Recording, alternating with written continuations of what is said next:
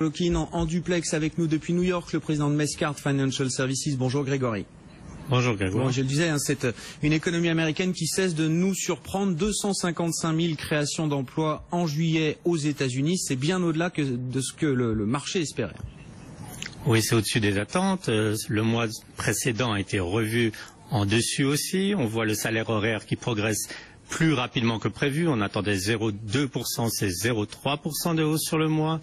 Le taux de participation dans le marché de l'emploi qui augmente. Donc non, on ne peut vraiment pas se cacher que c'est un très bon chiffre.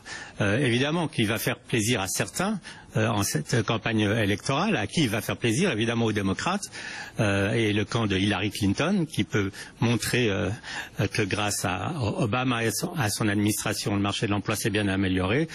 Par contre, ça va rendre la tâche beaucoup plus difficile pour Donald Trump, qui n'en avait pas besoin puisqu'il est en chute libre déjà dans les sondages.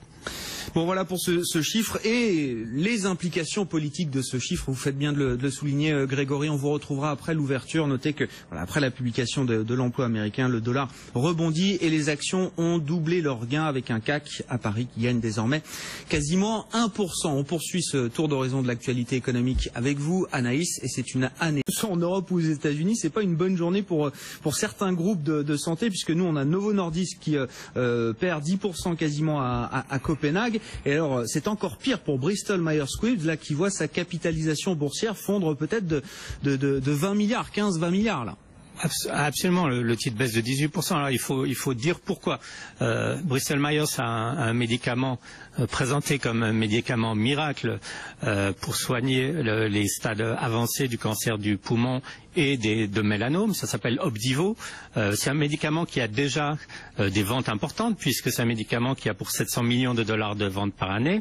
Sauf que Bristol Myers voudrait étendre la population de malades auxquels on pourrait donner ce médicament.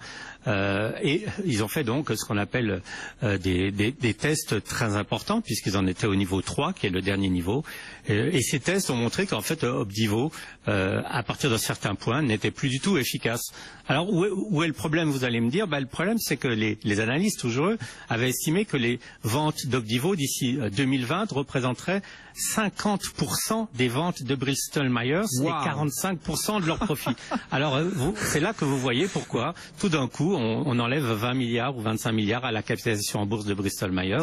C'était vraiment le grand espoir de développement pour la compagnie. Et le malheur des uns fait le bonheur des autres, puisque Merck, qui a le produit Keytruda, qui lui n'a pas du tout eu ces problèmes pour le moment, c'est Merck qui en profite avec une hausse de 5 ou 6%, ce qui rajoute 10 milliards de dollars à sa capitalisation. Mais là, c'est certain que pour Bristol Myers, ça n'avait pas été attendu du tout. Tout le monde était très confiant sur l'élargissement de la gamme de malades qui auraient pu prendre ce médicament. Et là, ça va être difficile pour eux, disons, de récupérer rapidement le terrain perdu. Oui, très gros coup dur. Donc on le comprend pour la compagnie, pour Bristol Myers Squibb, et en bourse ça se paye cher et cash, moins 16% pour le titre actuellement. Disney va se lancer dans la réalité augmentée. C'est voilà, avec le succès mondial de Pokémon Go, évidemment, on comprend que certains groupes là sont en train de s'intéresser de près à cette technologie qui existe depuis déjà plusieurs années, mais qui a été popularisée. Il fallait que quelqu'un la popularise et c'est Nintendo à travers la marque Pokémon et du coup maintenant beaucoup y réfléchissent. Oui, parce que vous vous souvenez quand on parlait de virtualité augmentée, etc., il y a une année, il fallait s'acheter des lunettes énormes qui coûtaient 1 000 $ que personne ne voulait porter. Donc c'est maintenant que c'est vraiment à la portée de tout le monde, puisque on l'a sur son téléphone.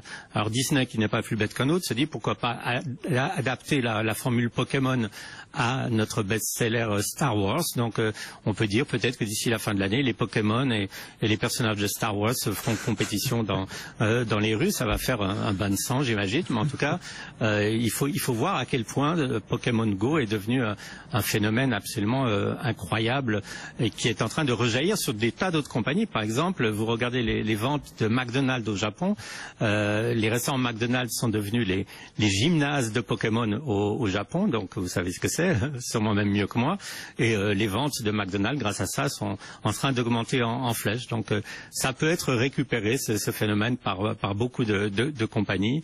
Aujourd'hui, on avait même les résultats d'Activision.